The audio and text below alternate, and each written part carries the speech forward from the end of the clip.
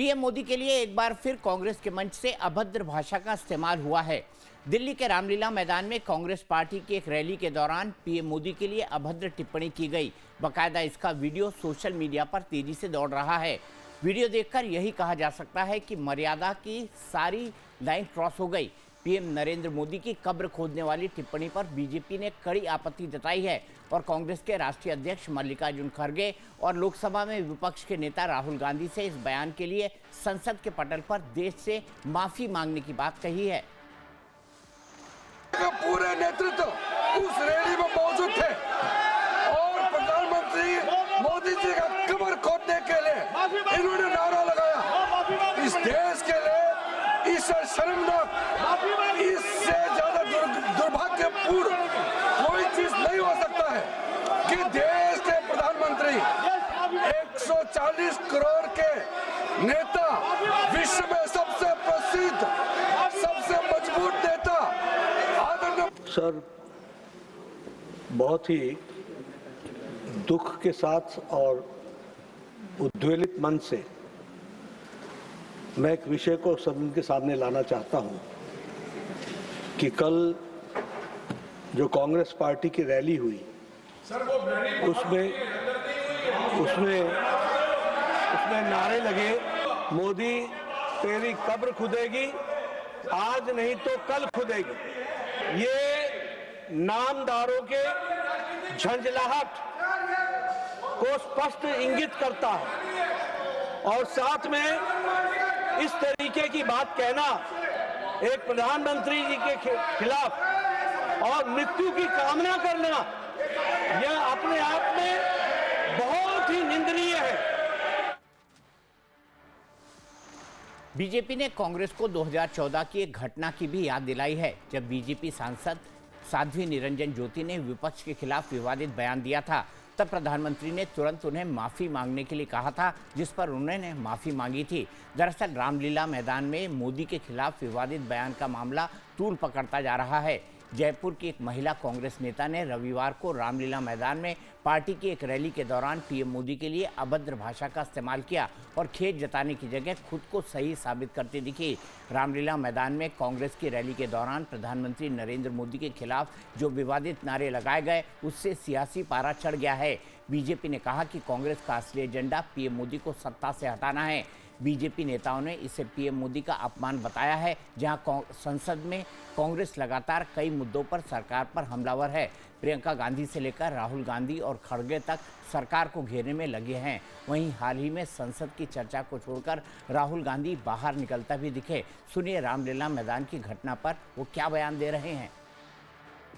बस में बात कर रहे थे कि किसने कहा ये सब, हमें तो मालूम ही नहीं है। हमें मंच पे तो बिल्कुल ऐसा नहीं हुआ। फिर पता चला कि पब्लिक में किसी ने इंटरव्यू दिया, पब्लिक में कोई कह रहा है, कोई कार्यकर्ता है या कौन है, किसी को मालूम भी नहीं है कौन है, उनको खुद नहीं मालूम कौन है, तो सदन में उठा क्यों रहे हैं, और वो भी क्वेश्चन आवर के टाइम। मुझे लगता है चलाना ही नहीं चाह रहे हैं। अब किस लिए हमने पोल्यूशन पे डिबेट मांगा है, वो भी नहीं कर रहे हैं। तो मतलब अगर सदन चलाना ही नहीं है तो फिर ऐसे, इससे अच्छा तो बंद कर दीजिए। इसी पर बात करने के लिए मेरे साथ कांग्रेस से प्रशांत रायकवार हैं और बीजेपी से एसएन सिंह साहब हैं। प्रशांत जी, एक बार फिर फंस गए आप, सर मुड़ाते हुए ओले पड़े यहाँ पर। धन्यवाद दीपक जी। एक्चुअली इसमें कुछ बातें गलत है जो मैं आपको बता दूं बहुत जल्दी से। पहली बात, किसी भी मंच पे जो ऑफिशियल मंच था रैली का, उस पे मंच से कोई बयान नहीं हुआ। दूसरी बात, एक कार्यकर्ता ने इस भीड़ के बीच में अगर कोई बात बोली तो उसका कोई सब्सटैंशिएशन हम लोग की लीडरशिप में और उस समय पे भी नहीं हुआ और शाम तक भी नहीं हुआ और अभी तक भी नहीं हुआ। तीसरी बात, लोकसभा के अंदर जब इस मुद्दे को उठाया गया तो लोकसभा के अंदर अभी आपको पता होगा कि लास्ट फेज ऑफ चल रहा है आपका पार्लियामेंट सेशन, और पार्लियामेंट सेशन में मुद्दा पॉल्यूशन होना चाहिए था, और लेकिन दोनों ही नेताओं ने, सदन के जो नेता है पार्लियामेंट्री मिनिस्टर किरण रिजिजू और राज्यसभा में नेता है जेपी नड्डा जी सरकार की तरफ से, उन्होंने इस मुद्दे को उठाया। अगर यही मुद्दा अगर ऑपोजिशन उठाता तो जो सीट है, जो चेयर है, चेयरमैन है, वो बोलते कि आप बाहर के मुद्दे नहीं उठा सकते, आपको सब्सटैंशिएट करना पड़ेगा, आपको फैक्चुअलाइज करना पड़ेगा बहुत सारी चीजें। लेकिन अब वो आप सरकार है तो सरकार ने उठा करके, और अपने ही सरकार, सदन चलाने की जिम्मेदारी सरकार की होती है, और सदन को, सदन के ही, सरकार के पक्ष ही मुद्दा उठा करके, जो कि बाहर का मुद्दा है जिसका सदन से कोई लेना देना नहीं और जो सब्सटैंशिएट भी नहीं हुआ है उसको। और ये मैं फिर से एक बात और बोलना चाहूंगा, अभी आप पिछले महीने बिहार चुनाव हुआ था, वहां पे भी इस प्रकार का टूल किट आपने देखा था और इस प्रकार की गाली गलौज के बारे में मैं आपको क्या ही बोलूं। मैंने तो देखा, मेरे आदरणीय बड़े भाई प्रवक्ता सुरेंद्र राजपूत जी, उनकी माता जी को लाइव नेशनल चैनल पे किस तरह प्रेम शुक्ला जी ने बोला, और 3 बार बोला एंकर के रोकने के बावजूद वो रुके नहीं और उन्होंने कोई माफी नहीं मांगी। और कई और अन्य मौकों पर भी किसी प्रकार की बहुत ही अभद्र भाषाएं संसद के अंदर रामवीर सिंह वजूड़ी जी ने दी हैं।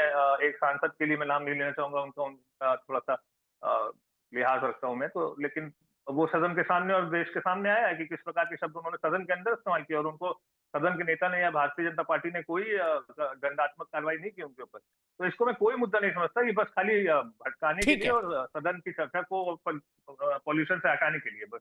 That's it, Deepak ji. सिर्फ चर्चा से ध्यान हटाने के लिए क्या कहेंगे एसएन सिंह साहब? ये कोई मुद्दा है ही नहीं प्रशांत रायकवार जी की नजर में, कांग्रेस पार्टी की नजर में। नहीं दीपक जी, देखिए ये 99% भारत गांव वाला देश है और हमारा एक कल्चर होता है। अगर गांव में हमारी किसी से दुश्मनी भी होती है आदरणीय दीपक जी, तो आप देखे होंगे लोग कहते हैं कि आप अच्छी भाषा का प्रयोग करिए, आप बड़े के साथ अच्छा बर्ताव करिए, और जो भी गलत करता है उसको गलत माना जाता है। और मैं तो ये कह रहा हूँ कि इधर उधर की बात करके प्रशांत जी उसको घुमाने का कार्य, आप उसको छोड़ दीजिए लोकसभा में। मैं पूछ रहा हूँ, आपके पार्टी के सर्वप्रिय नेता हैं इमरान मसूद साहब, उन्होंने आदरणीय प्रधानमंत्री जी को बोटी बोटी करने की बात कही थी। अभी जब आम चुनाव चल रहा था लोकसभा का, छत्तीसगढ़ के इनके पूर्व मंत्री बोले हाथ में डंडा रखिए और जहां प्रधानमंत्री जी मिले उनका सर फोड़ दीजिए। तीसरी बात मैं कहूंगा, कल जिस तरह से प्रधानमंत्री जी के बारे में इस तरह से बात कही गई, क्या आपका कोई भी नेता आकर इस बात को कह सकता था जिस तरह से प्रशांत जी कह रहे हैं कि हमारे किसी कार्यकर्ता ने कहा था, हमारी पार्टी का मंशा नहीं है। क्योंकि आप इसलिए नहीं कह पाएंगे कि आपके पार्टी के बहुत सारे नेता पहले भी आदरणीय प्रधानमंत्री जी को गुजरात चुनाव में मौत का सौदागर, आपके बहुत बड़े राष्ट्रीय अध्यक्ष जी बोलते हैं वो तो रावण का सर। तो जब ऐसी ऐसी चीजों को आप कहेंगे तो निश्चित तौर पे उसके बचाव का कार्य करेंगे। पहले, वर्तमान और भविष्य तीनों चीजों को आप देख लेंगे तो आप इस नाते नहीं कहे कि भारतीय जनता पार्टी के किसी ने कहा, क्योंकि आपकी आदत हो गई है ऐसे चीजों को कहने का, इसलिए आपने कहा। और मैं कह रहा हूं अभी बिहार चुनाव में आपके दोनों लोगों का जो संयुक्त मंशा, उससे आदरणीय प्रधानमंत्री जी की माता जी को जब गाली देने का कार्य किया गया उस समय आपके आके कह देते। भारत एक ऐसा देश है जिसमें बड़ा वो होता है जो सर झुकाकर दूसरे को सम्मान देने का कार्य करता है। गाली देकर मुझे नहीं लगता है कि दीपक जी कोई बड़ा होने का कार्य करेगा। ठीक जितना है। आप गाली देंगे भारत की संस्कृति आपको उतना छोटा कर देगी, क्योंकि वो कहेगी कि गाली देकर आप क्या आप राहुल गांधी जी के 4 बयान को दिखाइए। मैं अपनी बात को समाप्त करता हूं। राहुल गांधी जी जिस तरह से अपने से उम्र में बड़े देश के सर्वप्रिय नेता आदरणीय प्रधानमंत्री जी को कहते हैं, उसको उसको मैंने बोल दिया। आदरणीय मोहन भागवत जी के बारे में उनके बयान को मैं नहीं कर सकता हूँ। हमारे तो श्रेष्ठ नेता है, जिस तरह से अभद्र भाषा का प्रयोग करते हैं, क्या कोई अपने ऐसे बड़े को करेगा?